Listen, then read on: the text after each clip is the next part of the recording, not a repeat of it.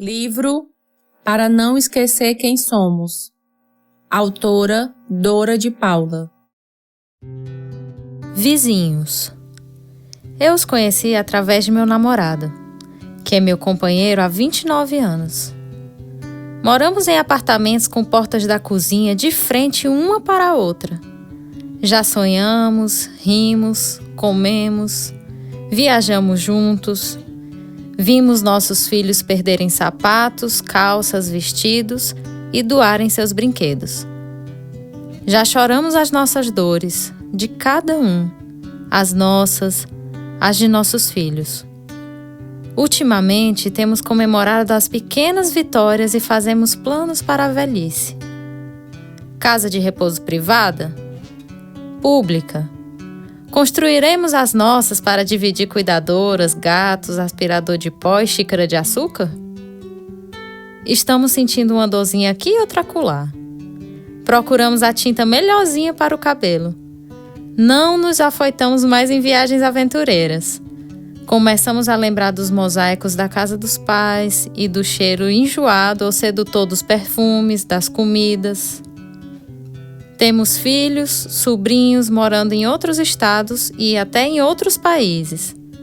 Com esta tal de Covid, os encontros e despedidas, como bem diz Milton Nascimento, nos deixam felizes, amorosos e lascados de saudade. Com as limitações de convivência, arranjamos um jeitinho de conversar protegidos desse vírus chato. Olha só, abrimos as portas do apartamento, colocamos as mesas encostadas na parede, de tal forma que temos a impressão de estarmos almoçando, jantando ou tomando café da manhã juntos. Fazemos fotos, enviamos para a família, para os amigos, 2 casais que estão ligados a nós numa mesma história. Nestes encontros, no horário de alguma refeição, conversamos sobre nós, o Ceará, sobre o Brasil e o mundo nesse momento tão duro por qual passamos. Perguntamos sobre os remédios que cada um está tomando. Às vezes é pesado, mas sempre damos um jeito de rir. Cada vez que um gripa ou sente dor de cabeça, corremos para fazer o teste. E aí vem a espera. A atmosfera densa. E depois, ai que alívio! Até agora, somente um de nós testou positivo e curou-se. Neste mês recebemos minha filha e o namorado de Itabira e a filha da nossa amiga com o marido e filhinha bebê que moram na França. Nem pudemos segurar Lulu no colo, mas foi uma alegria e apreensão ao fazer o teste. Todos bem, já voltaram para suas casas. O Milton Nascimento continua nos lascando de saudade. Mande notícias do mundo de lá, diz quem fica.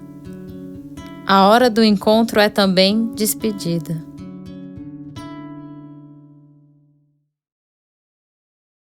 Salvação. Nesses tempos tão estranhos em que vivemos, parece que ninguém está escapando de apresentar-se com algum dodói. Dodói, dodóizinho ou dodóizão, seja como for, estamos adoecidos. Uns por provocarem o mal-estar e outros por sofrerem. Eu penso e sinto assim. E peço a Deus por todos, sobretudo por aqueles mais indefesos.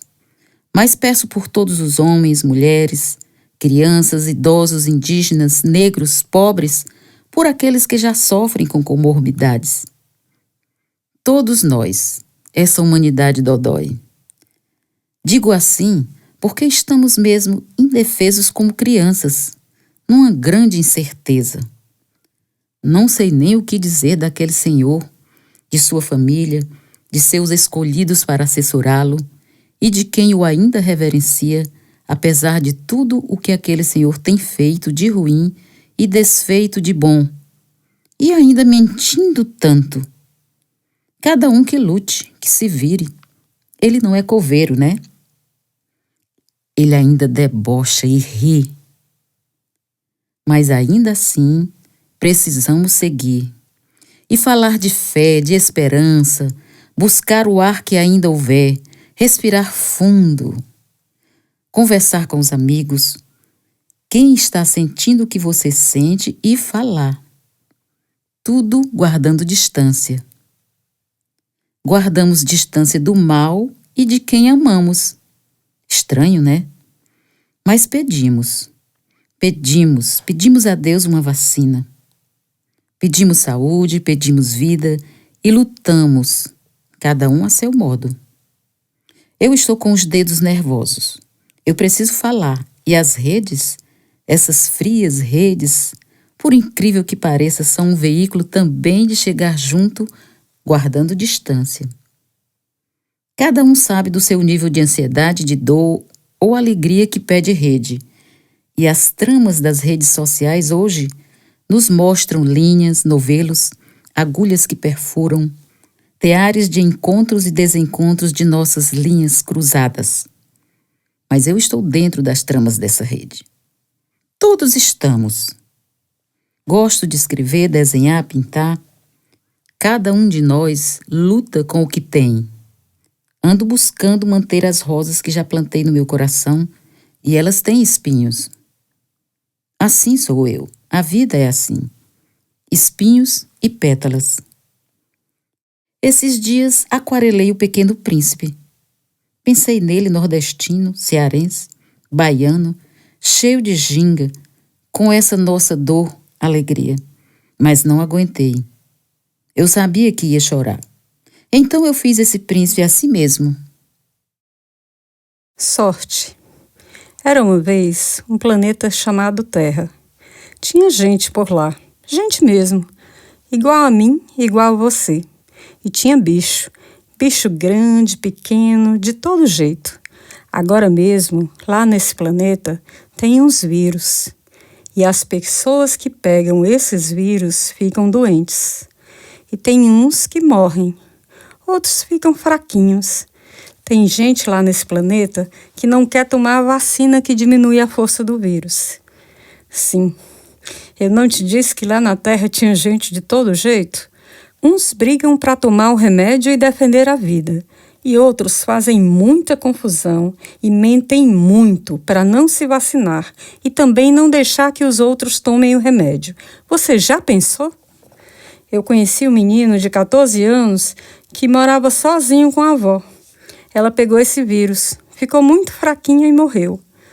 O menino ficou muito, muito triste, mas prometeu à sua avó que iria lutar para que no seu país houvesse a solução para esse problema e para que chegasse vacina para todos, crianças, idosos, indígenas, quilombolas, ricos, pobres, todos. No dia em que se vacinou, ele dedicou essa vitória à sua avó, dizendo assim: "Vovó, você se foi antes de chegar a vacina, mas para mim deu certo, vovó. Eu dedico à senhora a minha sorte de estar vivo. Graças a Deus, vovó, esse vírus não dá nos bichos. Minha gatinha está ótima. Um beijo para a senhora."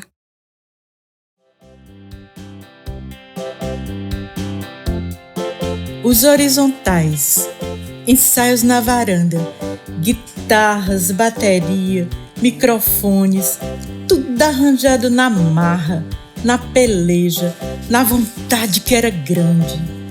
Lázaro na liderança, Abreu, Abraão, Vilmar, Genésio Lima, Ana Lúcia, em memória, Walter.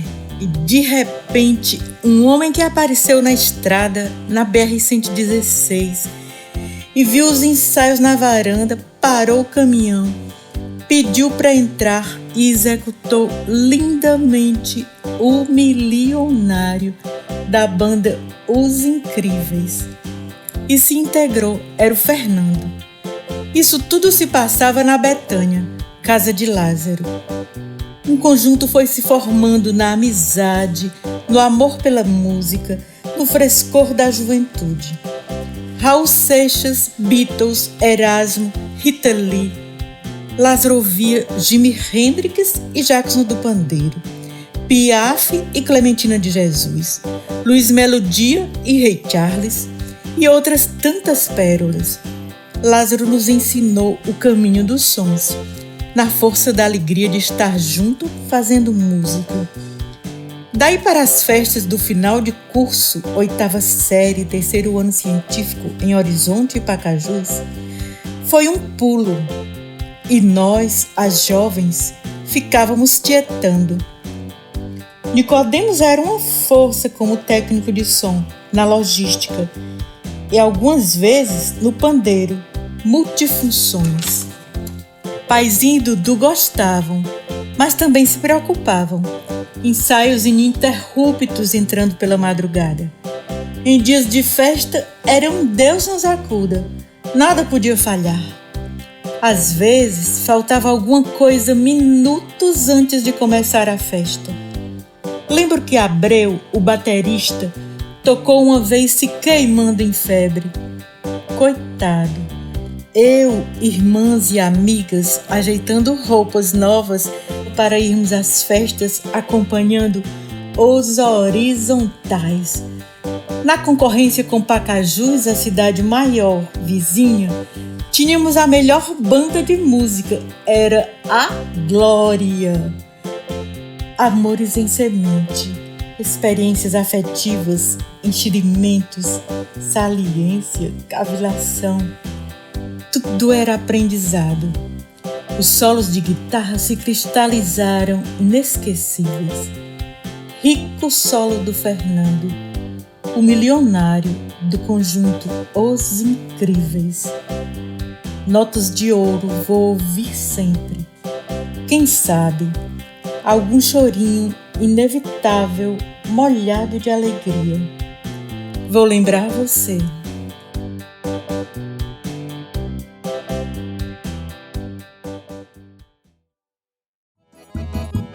Noite de São João. Dessa festa, lembro de tanta coisa. Dos rapazes. A gente, as meninas, torcíamos para que o nosso par na quadrilha fosse aquele. Ah, meu Deus! Não éramos nós mesmas quem escolhíamos. Passeio de dois, passeio de namorados. Era a glória podermos dançar com os nossos quereres.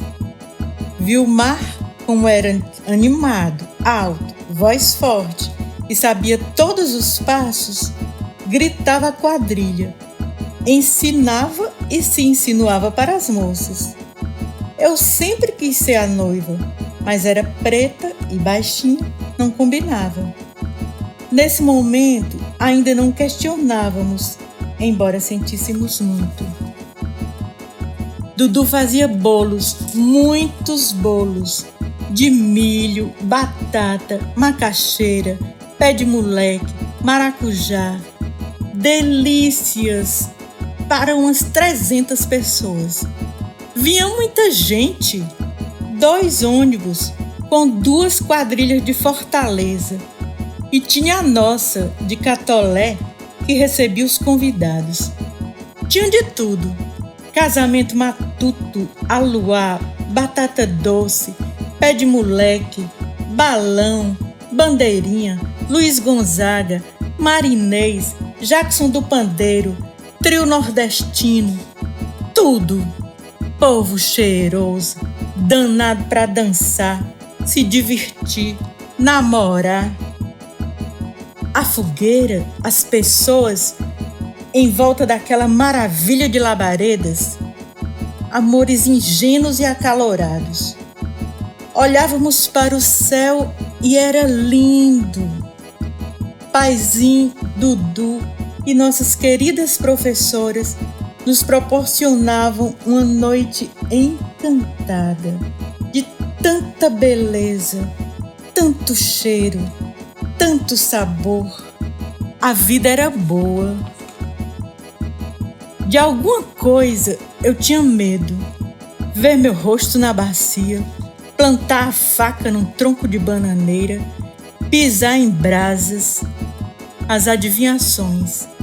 A tristeza de alguém porque outro alguém não veio. Amores que findavam, outros que nasciam. tanta gente no terreiro, as músicas truando na lembrança.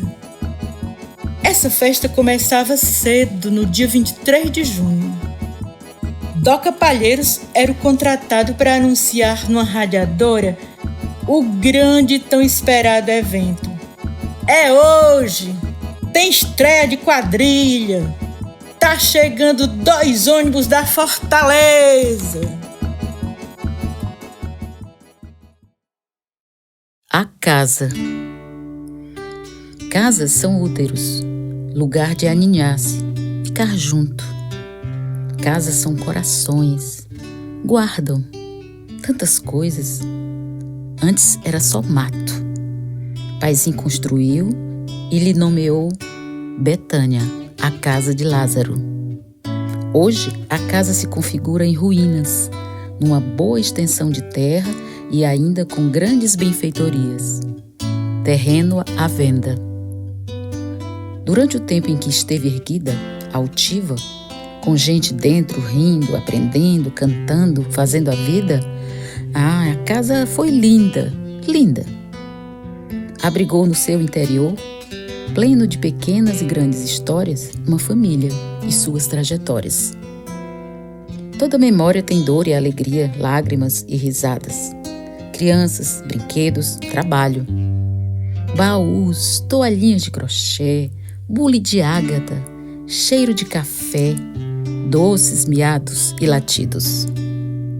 As casas têm fachadas e interiores cheios de histórias. Um ladrilho, um mosaico, olhos que se olham, memórias sonoras, gustativas, táteis, olfativas. Casas são templos de amor. A nossa foi. Catolé, Horizonte. Foi um lindo lugar de viver e amar. Foi educandário para aprender e crescer. Foi lugar de brincar, de ler, cantar, juntar amigos. Quando os donos foram fazendo suas passagens para outro plano, nossos pais e tias, a casa também foi se despedindo. Creio que fomos nos afastando também, talvez por não sustentarmos tantas lembranças. A casa foi ocupada por jovens vândalos, pobres espíritos entregues ao tráfico e às drogas. Rezo por eles e entrego a Deus. Esses males sociais têm pessoas e suas vidas. Só a promoção da justiça social pode reverter a desigualdade. A linda casa foi transformada em ruínas. Ocuparam, levaram tudo, quebraram, depredaram, foram embora. Mas o amor que nos uniu, nos sustenta e nos sustentou até hoje, nos faz guardar na casa do nosso coração a doçura do que vivemos juntos. E bendizemos a todos que por lá passaram e trouxeram luz e alegria.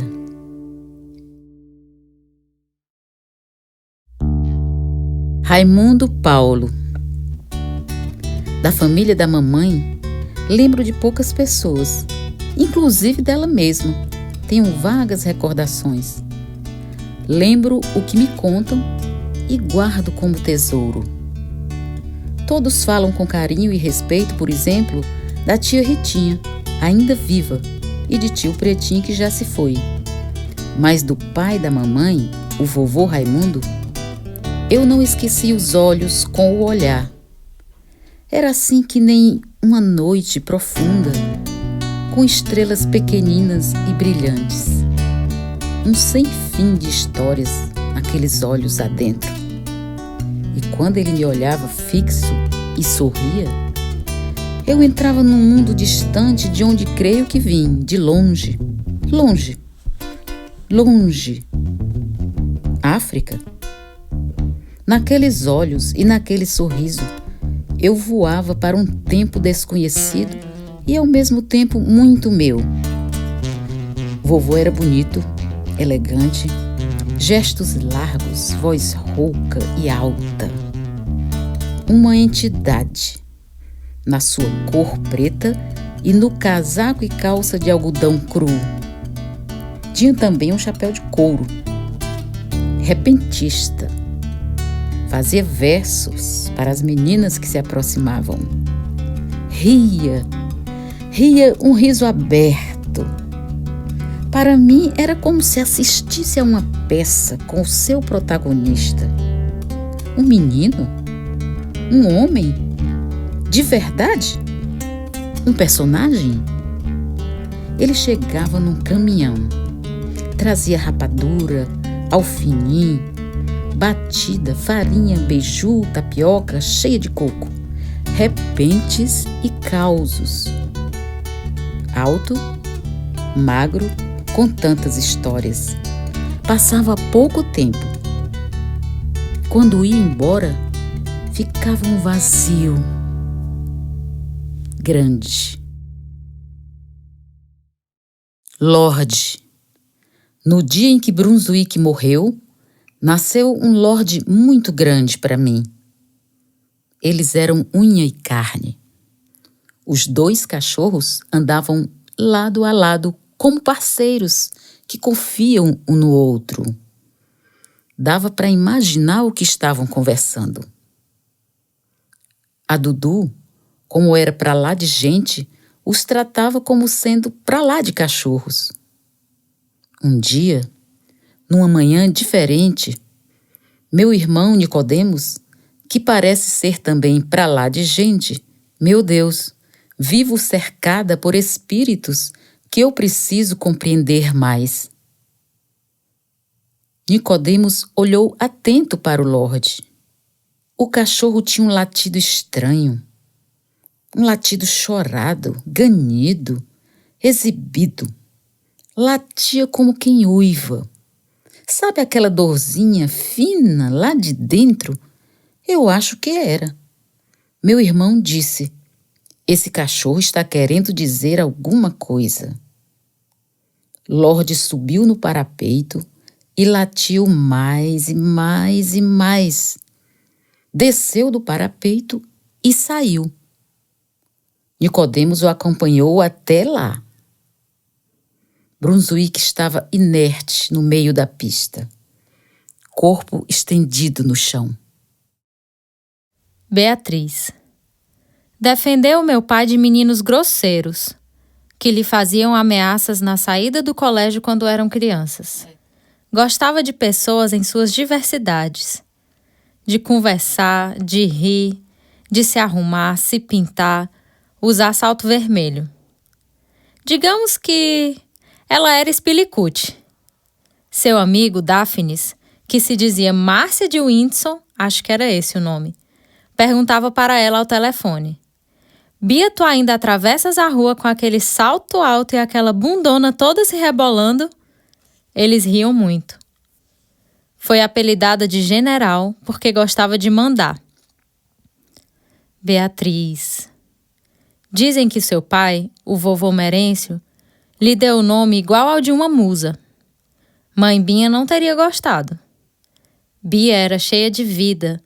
Insistiu em viver já nos seus derradeiros momentos. Mas não deu. Linda Bia, Deus te guarde.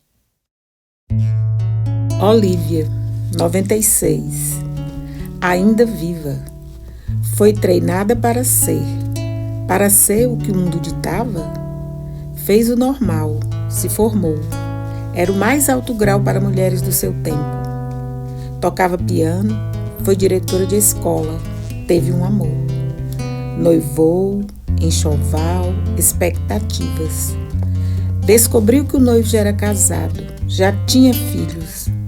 Para uma jovem de família humilde, criada para fazer o caminho dos livros, do piano, do casamento, foi um baque, alto, além do que ela pôde suportar.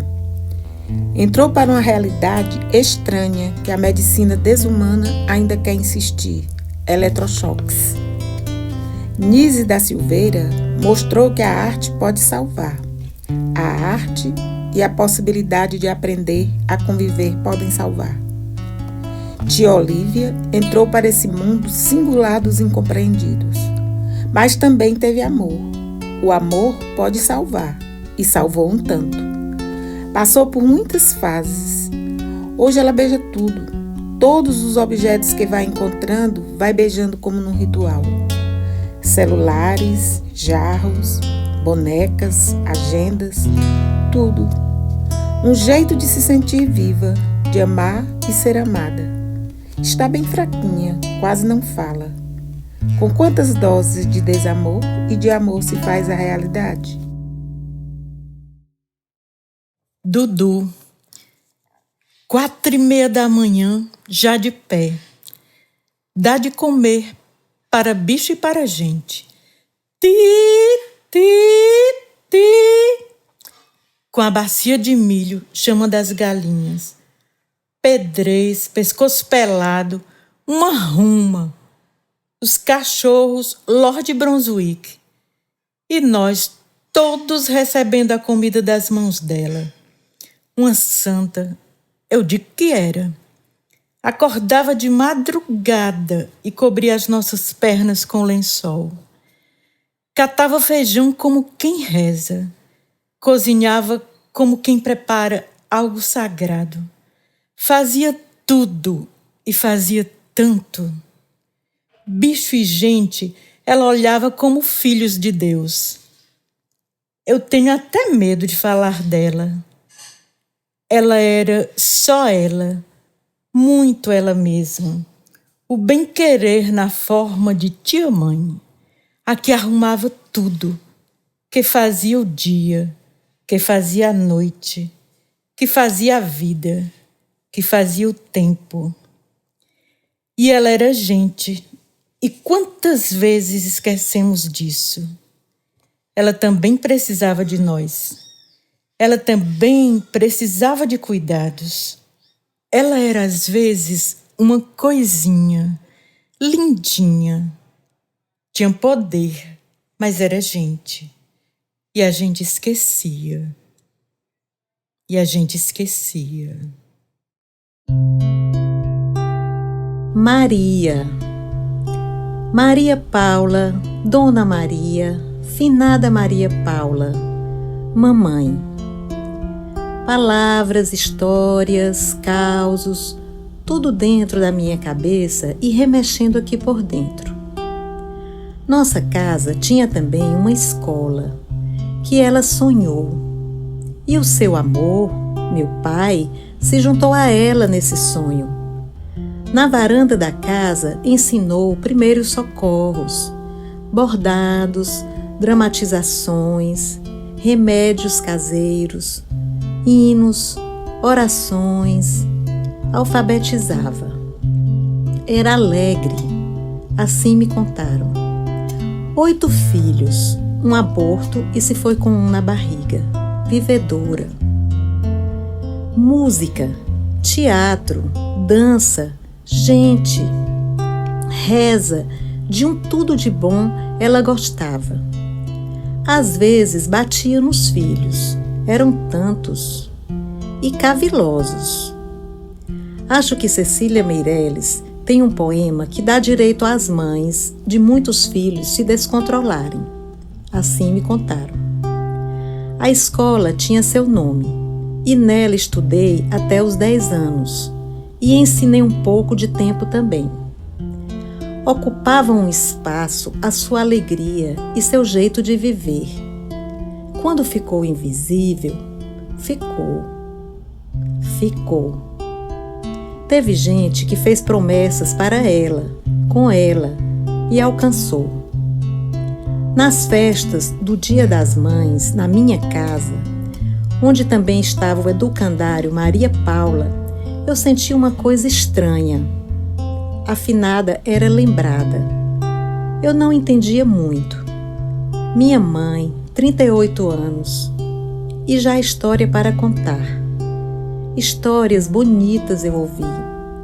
Vejo os retratos, vejo lágrimas, vejo risos e conto. Maria.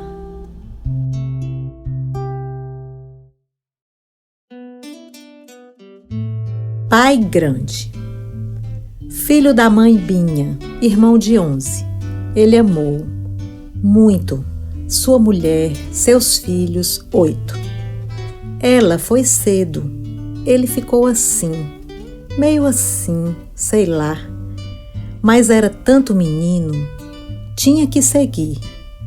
E o seu jeito de amar aquela miuçalha toda era trabalhando. O que posso deixar para vocês é o estudo, e assim o fez. Além de nós, auxiliou centenas de crianças a estudar, mas não sem se cansar. Foi o único aluno negro de sua turma na Faculdade de Direito do início dos anos 1950. Sentiu na pele o que é uma sociedade racista. Foi em frente. Advogado, procurador, delegado da cidade de Fortaleza. Ele cresceu. Ele mostrou para nós amor, luz e força.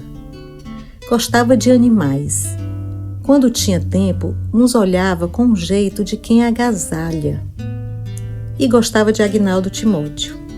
Rezava, de muitos jeitos.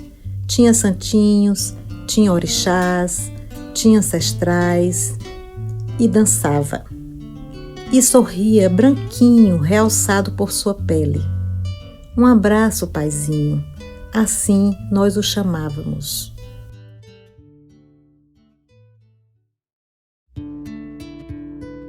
Mãe Binha. Você foi menina até ontem, ela disse. Fiquei aliviada. Não ia morrer. Mas também nada entendi. Eu ia inteirar 10 anos daqui a 2 meses. As regras chegaram. Minha avó me fez essa revelação. Minha tia me entregou paninhos que iriam todo mês quarar. Quarar? Alvejar o sol. Naqueles dias. Mãe Binha era austera, trabalhadeira. Eu amava apanhar cajus com ela, encher baldes e depois tirar-lhes as castanhas para vender. Nas festas de fim de ano, eu ganhava um corte de fazenda para a Dudu costurar um vestido lindo e Mãe Binha fazia-me um par de meias de crochê. Era devota de Santa Luzia. Nesse dia, 13 de dezembro, não trabalhava. Sentava-se numa cadeira de balanço, de vime, fazia colírio de folha de arruda e pingava nos olhos. Era também o dia do meu aniversário, 13 de dezembro. Eu tive 6 mães, e essas 2, Dudu e Mãe Binha, foram umas coisinhas muito lindas para mim. Puro amor. Uma das 6 mães, a biológica, partiu cedo. Recentemente, a minha irmã, Madalena, contadora de histórias, artesã, educadora, encantadora de crianças, cantora e outras tantas coisas boas, nos contou que mamãe, pouco antes de morrer, teria pedido a ela para cuidar de mim e da Ruth, as caçulas. Então não me faltaram mães. Guardo lembranças do que me contam. Contas preciosas. Eu nem havia inteirado 2 anos. Meu mundo me foi estampado, desenhado e colorido por mulheres. E eu senti e tive a certeza de que elas faziam o mundo se movimentar. Sem elas, nem mundo existiria. Olhar. Os sulcos que se desenham no rosto é o tempo. Fendas mostrando os caminhos caminhados. Riscos e rabiscos sob os olhos são os anos já vividos, sonhados, marcados na alma e no corpo. Rugas e rusgas são o tempo. Destemperos, temperamento. O brilho do olhar é o tempo. Bisavó tem um tempo profundo nos olhos. E as mãos austeras desenham dias, noites, sóis e luas. Muito mais que cabelos brancos, o tempo se funda e se aprofunda na luz do olhar. Não sei o que dizer de tudo o que esse olhar me diz, mas sinto que o tempo do mundo está aí, no teu olhar profundo. Os avós, quando olham pela janela, desenrolam novelos de tempo.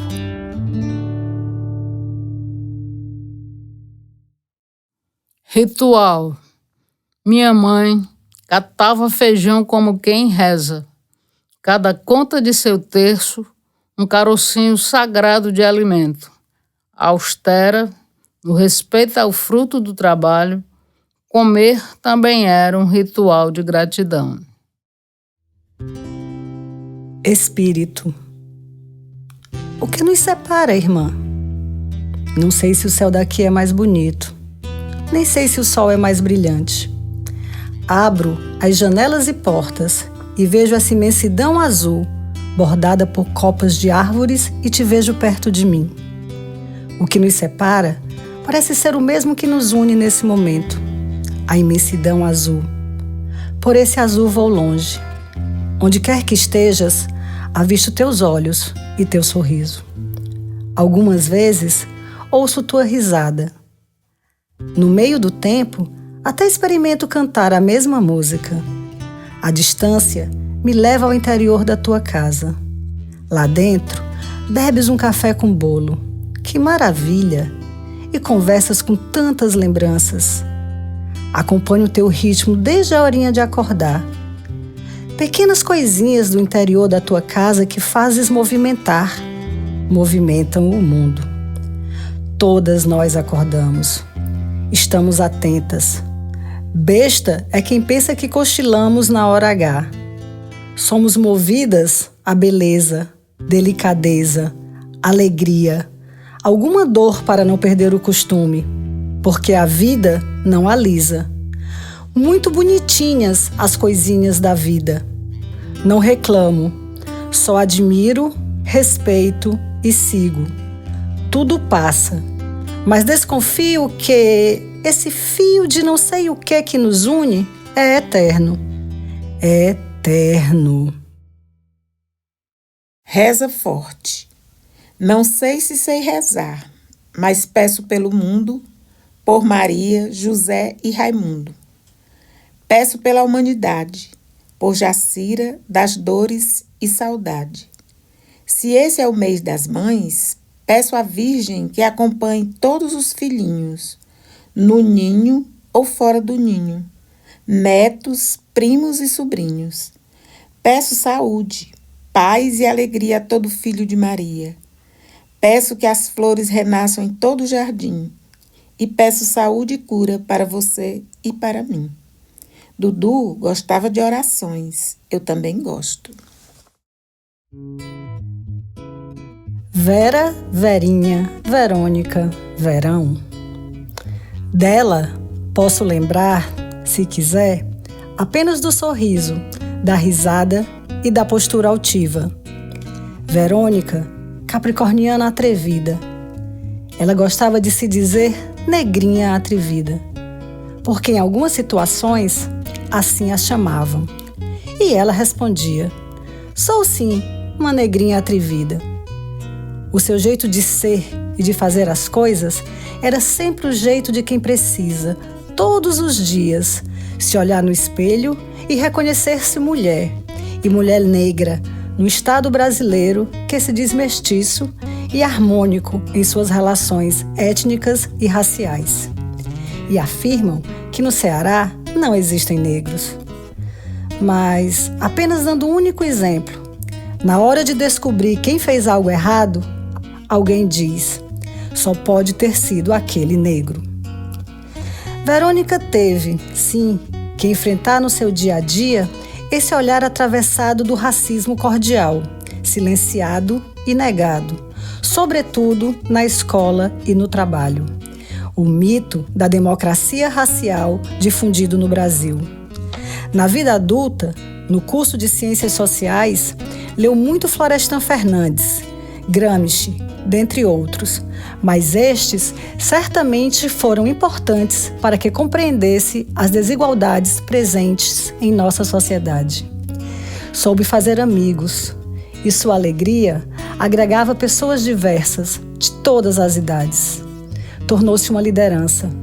Foi presidente do Centro Acadêmico das Ciências Sociais e depois professora da Universidade Estadual do Ceará, onde desenvolveu um trabalho que todos reconheciam, não sem conflitos, pois ser intelectual negra na universidade e na cidade nunca foi fácil, sobretudo entre os anos 1980 e 1990, que foram os anos de abertura política, anos de reconstrução da democracia, anistia dos presos políticos.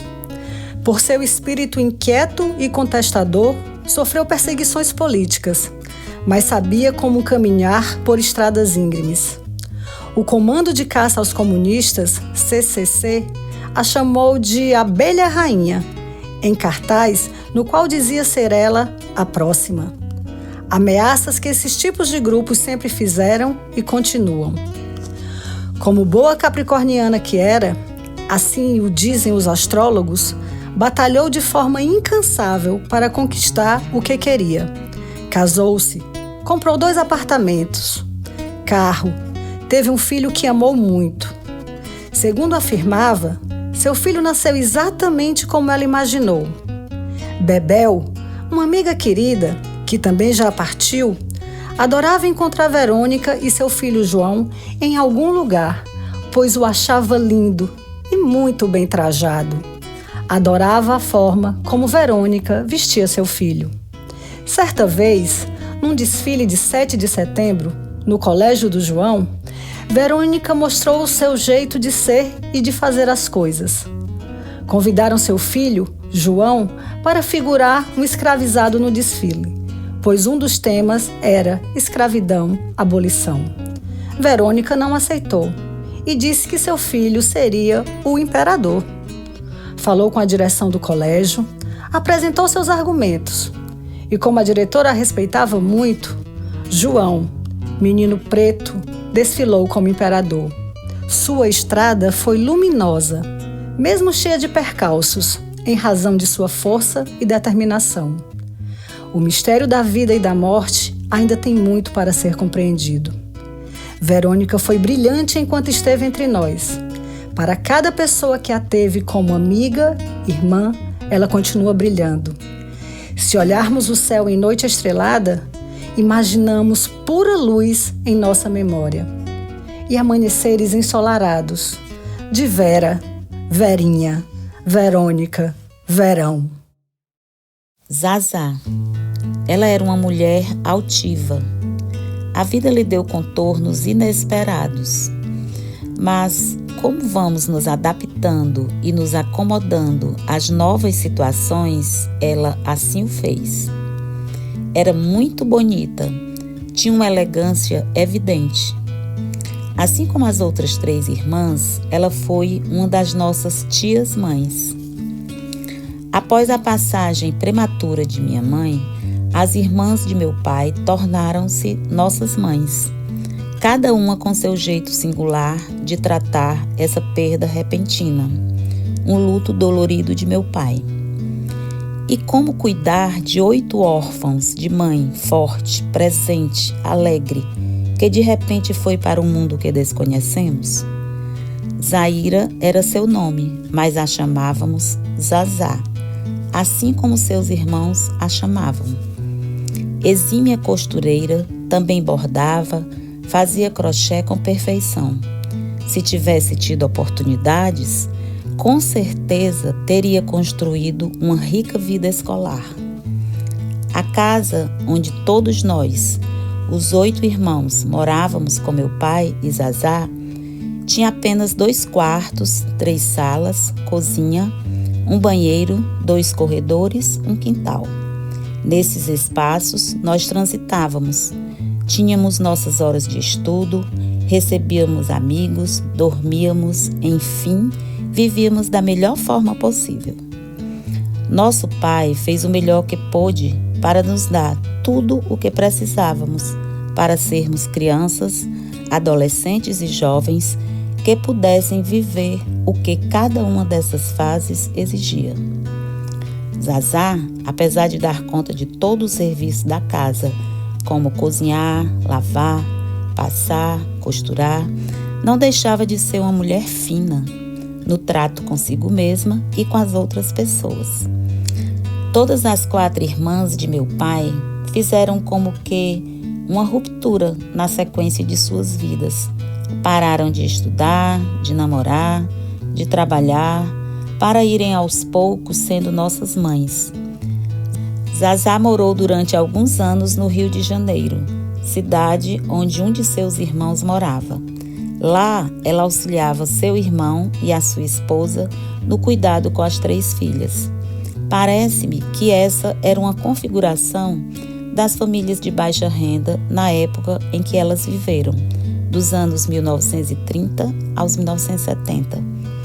Um dos irmãos, homem, que se mostrou muito estudioso, conseguiu se formar em direito e, dessa forma, viveu uma mobilidade social, tornando-se uma referência para toda a família de 12 irmãos. Esse foi meu pai. Zazá, assim como as demais irmãs, terminaram por se unirem em torno da nossa criação para auxiliar meu pai. Ela contava relatos da vida que viveu no Rio de Janeiro e lembro bem que gostava de falar do carnaval carioca. Ela ficava muito feliz em participar dos cordões, dos pequenos blocos, numa época em que era absolutamente tranquila essa festa. Eu ficava de água na boca quando ela contava sobre o tempo de caquis, em que comprava essa deliciosa fruta por ótimos preços e se esbaldava em saborear. Lembro bem do famoso doce gelado de maracujá com leite e açúcar. Zazá fazia essa delícia e servia após o jantar, algumas vezes na calçada, quando se reuniam com amigos da mesma geração para conversar. Confesso que dei muito trabalho a Zazá, porque na minha juventude fui muito namoradeira e gostava de passear com amigos e chegava tarde ou no outro dia em casa. Eu vivi as experiências de juventude rebelde sob os seus cuidados. Imagino como pode ter sido difícil dar limites quando se é tia-mãe e irmã do irmão, que era arrimo de família. Ela representava para mim a autoridade, aquela que iria me dizer o que era certo ou errado, até bem mais que meu pai. Nossos diálogos eram muito mais de olhares reprovativos do que mesmo uma conversa de ajustes de conduta. E assim vivi minha juventude ao lado dela. E lamento não ter tido maturidade suficiente na época para entender como devia ser conflituoso para ela exercer a função de educar e dar limites. Enfim, depois que fui mãe de menina, adolescente e jovem, pude compreender o meu conflito, o dela, os nossos. Contar e ouvir histórias. Você costuma sentar-se e conversar sobre o tempo vivido? São assuntos que surgem espontaneamente e algumas vezes pode até ser programado. Depois de muitas lembranças, alguém sugere escrever as memórias. Já lhe aconteceu em família ou grupo de amigos? Quando contamos nossas histórias individuais em algum grupo, logo alguém se identifica e gosta de contar as suas também. Isso é muito bom e interessante, porque percebemos que se o grupo é de jovens ou de mulheres de faixa etária aproximada e de nível socioeconômico aproximado ou semelhante, é possível que esse grupo tenha experimentado um jeito parecido de ser e fazer as coisas, próprio de sua geração. Ainda vivi um pouco as tertúlias, quando cheguei em Fortaleza aos 15 anos. As conversas na calçada eram um jeito de diversão e de nos aproximarmos das pessoas da rua. Até inteirar meus 15 anos, morei no interior de Catolé, Horizonte, e tive uma infância e adolescência cercada por árvores, cajueiros, mangueiras, goiabeiras principalmente. Tinha outras tantas, mas destas trago viva as imagens dos cajus, mangas, goiabas bem madurinhos e o aroma delicioso que me invadia as narinas. As brincadeiras de roda, de 4 cantos, pega-pega, de pedra, passarinho no ninho e cobra no buraco, anel, berlinda, pera, uva, maçã. Eu me destacava na corrida de saco. mas não ficava com o prêmio, que era dado pelo meu pai para outras crianças que nunca poderiam adquirir bonecas, bolas, jogos de tabuleiro, etc. Eu ficava muito chateada, mas depois entendia. Dormíamos cedo e acordávamos cedo também. Lembro do cheiro e do sabor inigualável da comidinha da Dudu. Sopa de feijão com macaxeira era um manjar, e arroz da hora com carne bem batidinha. Meu Deus, que delícia! Depois ficávamos no alpendre conversando até pegar no sono. Lembro que adormecia no colo da Dudu e ela me levava para a cama. As conversas rolavam soltas. Sentadas nas cadeiras de balanço, ficávamos todos conversando sobre assuntos variados. Quando tinha história de assombração, eu e Ruth dormíamos logo.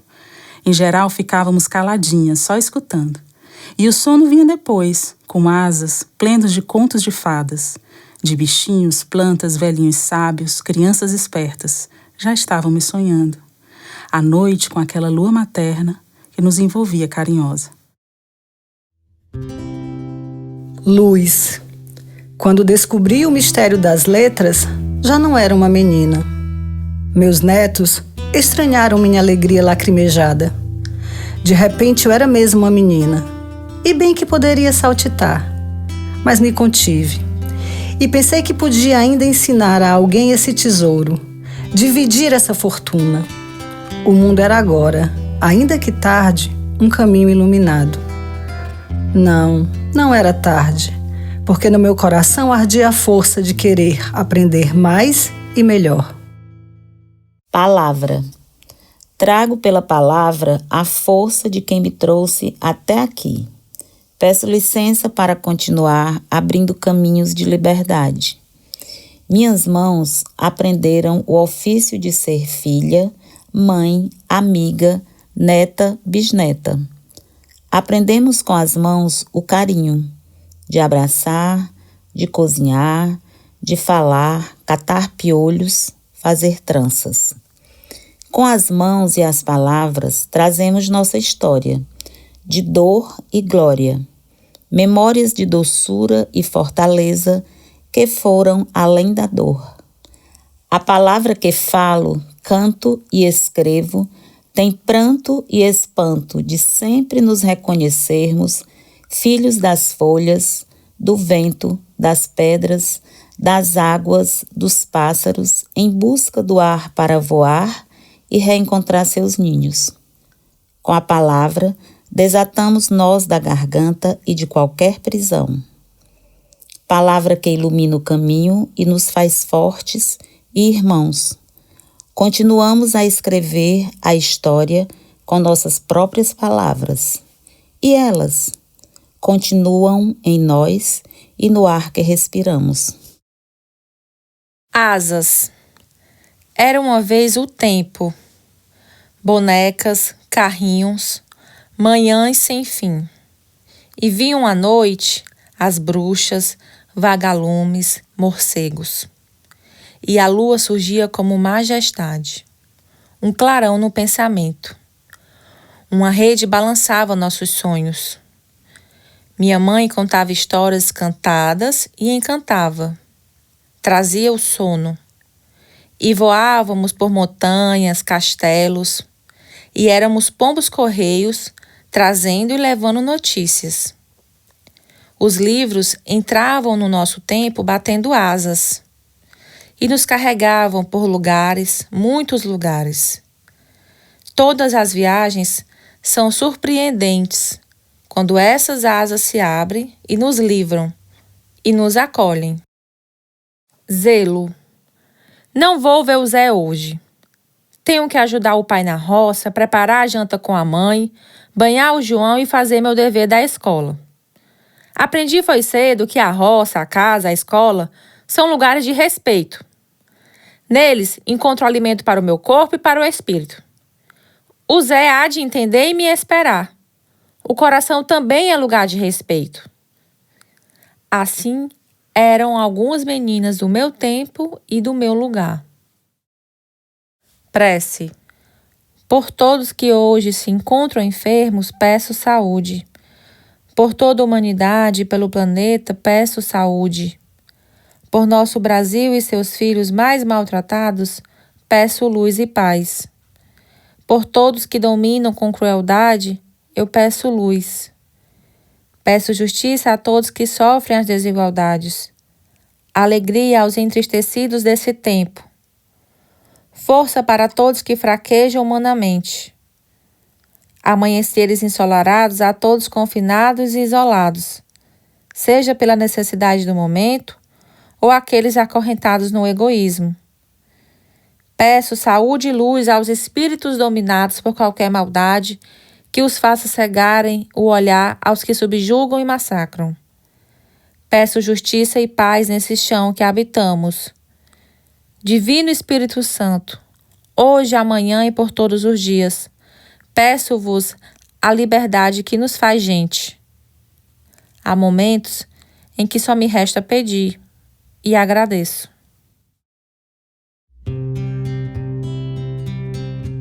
Súplica. Ó Nossa Senhora da Conceição, concebei a cura de todos os enfermos. Concebei, ó Mãe, a graça da saúde perfeita, a graça da saúde do corpo e do espírito, de mansinho e com firmeza. Ó doce Senhora, toca as feridas e sara o que é preciso sarar. Livrai-nos dos males físicos, devolvendo-nos a perfeição de todos os órgãos.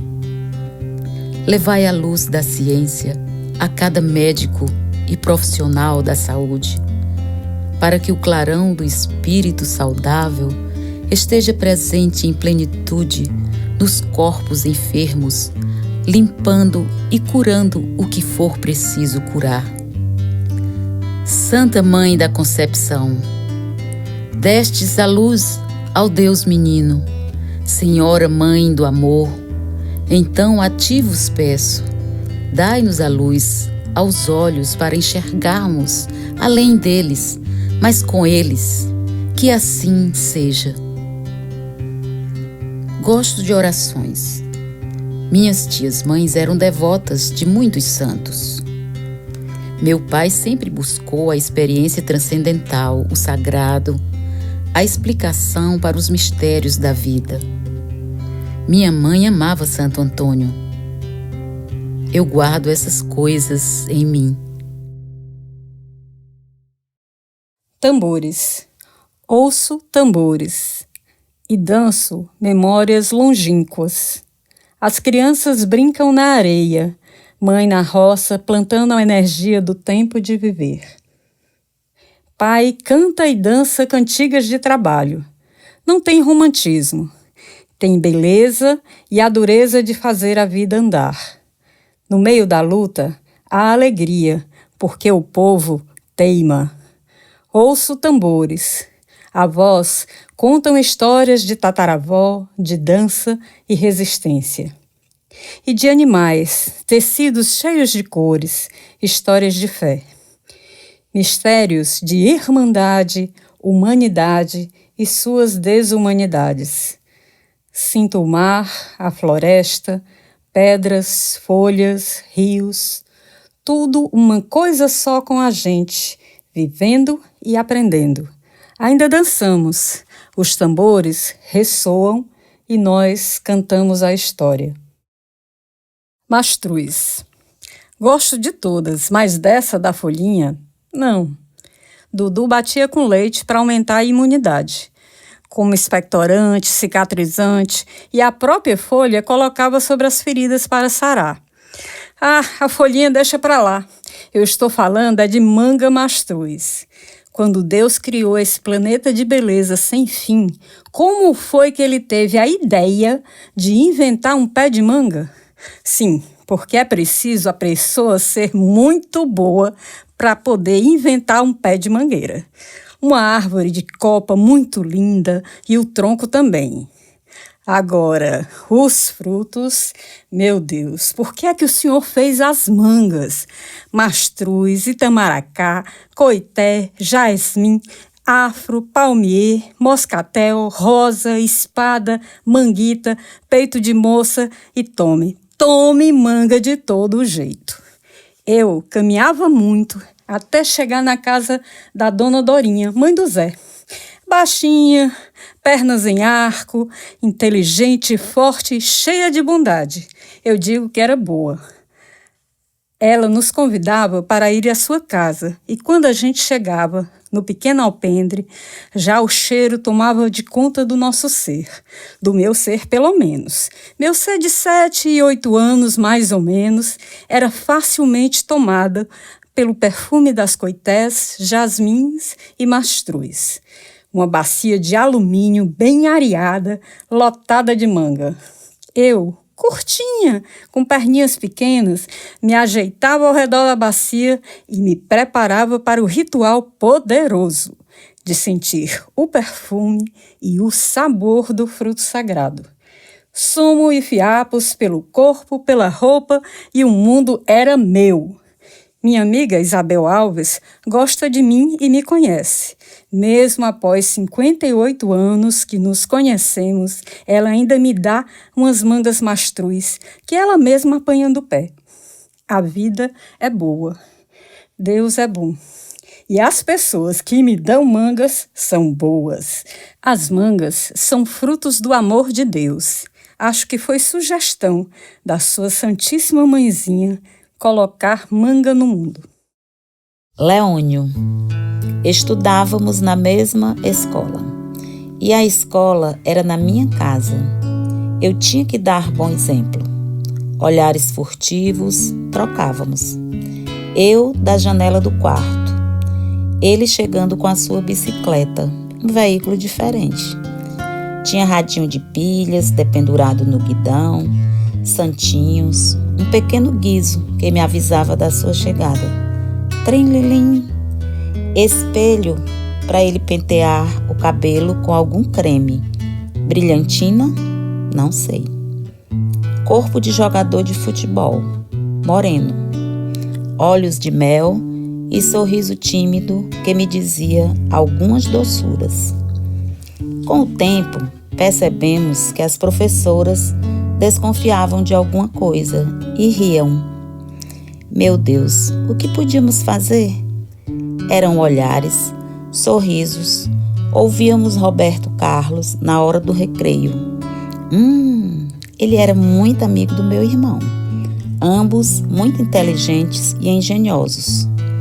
Um dia fizeram uma radiola seguindo o passo a passo pela instrução do livro dos porquês, uma pérola de seção da coleção O Tesouro da Juventude. Nesse dia, ele chegou cedo e eu nem sabia desse combinado com meu irmão. Num horário fora das aulas, meu corpo estremeceu. Ainda hoje sinto o carinho daqueles 2 olhos sobre os meus. Ele me deu um presente fantástico, o Cancioneiro do Nordeste, numa edição só Roberto. Eu peguei aquele folhetim e abracei como sei lá o quê, e cantei muito. O astronauta, bombas que caem, jato que passa, gente que olha um céu de fumaça. Meu amor, não sei por onde anda. Será que os amores já morreram? Um astronauta eu queria ser, para ficar sempre no espaço. Dessa vez, chorei que molhei o travesseiro. Esperava todos os dias que ele chegasse e estacionasse sua bicicleta azul no pé de goiabeira, pertinho da cacimba. Estremecia inteira. Tinha festinhas dançantes no Dia das Mães e nos finais de ano. Lembro que em uma dessas festinhas ele me chamou para dançar. Foi demais para mim. Quase desmaio ali juntinho dele, cabeça recostada em seu peito. Eu, um tico de gente. Ele muito cuidadoso. Nós sabíamos que todos sabiam. Ainda lembro que escrevi um versinho para ele na capa do caderno Avante. E ele me respondeu com outro. A moça, para ser bonita, tem que ter a cor morena, o nariz bem afilado e a boca meia pequena. Eu nem corrigi o erro de concordância nominal. Achei foi lindo. Dona Dacila e Maria do Carmo, as professoras, leram e passaram a investigar sobre o caso. Ele cantava de longe para mim uma música do Antônio Marcos, marido da Vanusa. Menina de trança, matou a esperança de um pobre rapaz. E o tempo tão lindo ficou na lembrança, menina de trança, que falta me faz. Quando concluímos a 4ª série primária, eu tive que estudar em Pacajus, cidade mais próxima, e ele nem sei para onde foi. Fiquei por anos lembrando esse amor, o carinho contido e tão imenso que ficou no ar, os abraços ternos que apenas pairavam, a atmosfera densa entre nós quando nossos olhos pousavam um pouco um no outro. Músicas, bicicleta, goiabas, olhares furtivos, sorrisos mornos, um calor e muito para sonhar.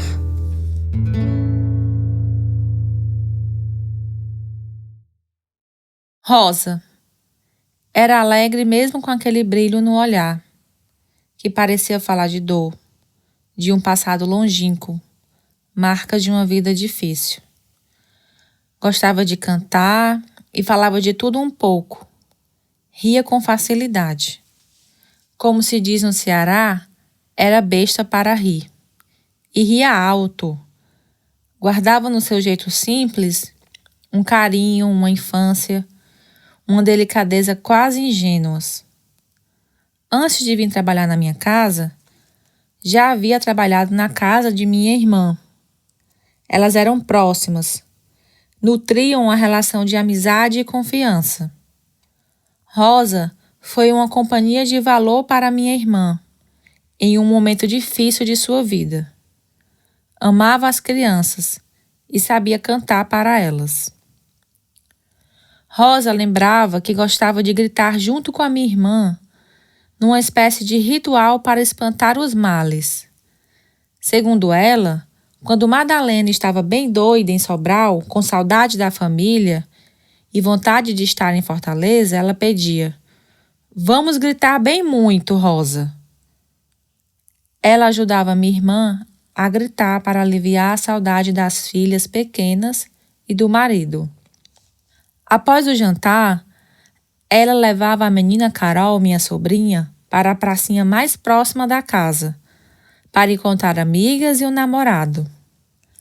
Lá elas fumavam, bebiam uma cervejinha, uma pinga e conversavam. Ela amou profundamente esse namorado, um rapaz bonito e gente boa. Segundo ela, Jorginho era muito inteligente e entendia de tudo. Sabia dançar, tinha uma bela voz e era carinhoso com ela. Todos os dias ela lembrava do Jorginho e contava algo que viveram. Com ele teve uma filha, Maria Júlia, a qual sempre elogiava. A Julinha é inteligente como o pai. Minha filha é linda. Rosa amava os filhos e falava com muito carinho de cada um, sobretudo o Augusto. De Janice e de Júlia, ela gostava muito, mas do Augusto, sei não, era muito chamego. E Isabel, a neta, filha de Júlia, era os querer dela. De sua veinha, ela falava todos os dias. Parou de trabalhar durante 15 anos para cuidar da mãe. E dizia que não se arrependia. Cuidou da mãe até seu último suspiro, tendo apenas o auxílio de alguns programas e políticas públicas emergenciais e ainda de caráter assistencial para dar conta de todos os gastos. Eu gostava de conversar com ela e ríamos muito das bobagens que a gente falava. Depois de muitos anos, meus filhos já grandes, ela viria trabalhar na minha casa. Estava feliz com os avanços dos governos democráticos. Ela dizia que sua filha e sua neta não iam ser empregadas domésticas como ela. Respeitava sua profissão, mas queria que filhos e netos estudassem. Então, tinha muita esperança na ruptura desse ciclo de aperreio financeiro. Sonhava com a filha que morava no Rio de Janeiro. Até chegou a se organizar para visitá-la. Tornamo-nos amigas.